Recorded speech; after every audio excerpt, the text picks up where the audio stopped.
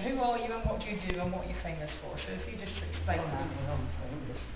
But, can I just explain the triptych that you wanted? Yeah. And then we can go into all the, you know, Okay. the There you go. details of everything. As I said, I've made the whole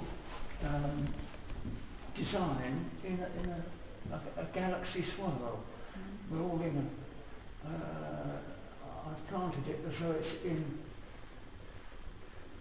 the, we've got billions of galaxies around us, and this is just an idea that the swirl is, conjures up or encompasses the ideas that I wanted to put forward. The lower picture I've called the crown of life, and this is the beginnings, the embryo in the earth, for instance. Here I've got the carbon atom, which is essential for a type of life on the earth. And no life would exist. So it starts from there in a way, and it's all involved. And what was the butterfly? Can you explain that again? The butterfly is, again, from the chrysalis. It comes through here to the butterfly, into life. But did we, he's holding that in a question mark, virtually. Did we come from the gorilla type, shall we say, in evolution many years ago, billions of years ago, and that is, he's holding that, did we metamorphose or, you know, emerge from into the butterfly. Fascinating. It's just absolutely symbolic, really. Yeah, that's brilliant. And I've tried to include even shellfish, all sorts of birds and fish, and the early microbes that were on the earth for billions of years before life really began. It's a little bit of my philosophy in a way as well. And I do feel that I've tried to put pictures not just as a pretty picture, but something with a meaning. Something that's got another dimension, put it that way, to art, which I think perhaps is, you know, we haven't always covered. And how big is this picture? Sorry?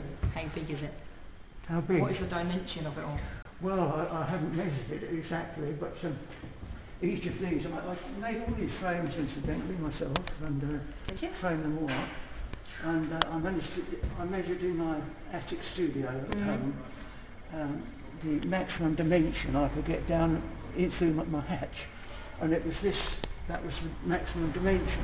So I decided to build a triptych, make a triptych of that size. And you made a frame? It's actually been up to London, and it's been in the mail galleries, and I was elected to a Pastel society up there, and they accepted it and wanted to put it in, but it was too tall in their place that they exhibit in the mail galleries, so we had to put it side by side, and a picture of how it would look together. So virtually, the caterpillar on the leaf, we're all part of life. The leaf feels and the caterpillar feels, but in the early days there was a metamorphosis to something from the to the butterfly, from the chrysalis to the butterfly. There was an emergent life, and I called, here's the beginnings of life. And I've, whether you can see this or not, I don't know, but initially I made his eyes closed, but if you look carefully, you can see them open. Now, I wanted to take the picture out originally because I hadn't quite got the effect I wanted there. I needed another couple of bright spots to make it look more prominent, his eyes open. But you have to get back and concentrate, and you'll see his eyes actually open. So I've tried to make it from sleep sense to the beginnings of life and consciousness. In that the crown of early life, I've put I've tried to depict animals and insects and birds, and generally speaking. And there's the old chimp holding a butterfly. Did we come from anything of that sort? Are you okay? But again, I've incorporated in him the leaf, which is all part of life. Trees, flowers, blossoms, in birds. So the whole of this is incorporating what we call the crown of life, the beginnings, and that is in the early, that is depicted in the embryo in the earth. From the crown of life, I've depicted the next section, which is I've called intelligence. Each one has got a crown. It's a crown of intelligence in that one, and the intelligence is coming from the human couple. She's got the earth in her hand, as you see there, and the whole thing is swirling out in the cosmos, and there's the time capsule on the right with the section there depicting the beginnings again of intelligence, crown of intelligence coming up from the crown of life, where his eyes are just opened, and you've got the human consciousness and intelligence depicted in that section. This again, it's that's the hourglass, the time section, and virtually he's you can call him the intelligence section of the what I call compassion. And she's holding the little face there, little boy, and holding the earth. And for me, that's the highest aspirations, most valuable aspirations of mankind. The sensation, feeling of compassion.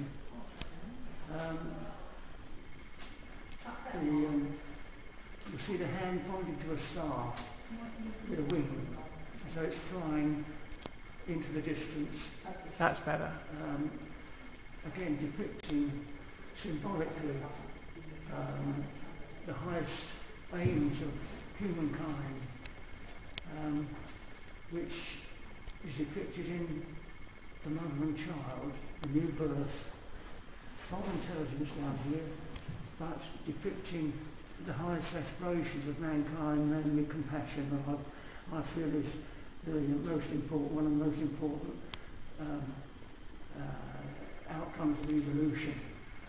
And the hand and the wing, you'll see flying towards the distant star, which is again an outcome of the highest aspirations of man, going into the sunset, which can depict the going down of the sun or the coming up of the sun. It's a sunset, it's sunrise.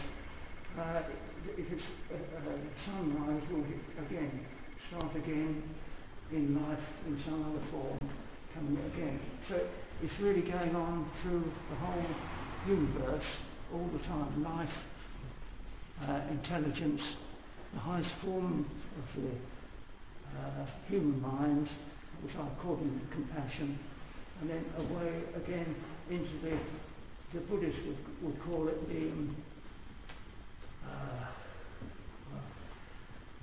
I won't go into it any further, but the star and the sunset represents the going beyond the human identity, that into something that is the universe. Fascinating. And that's all I can say about it, I think. I'd like to explain it a bit better, but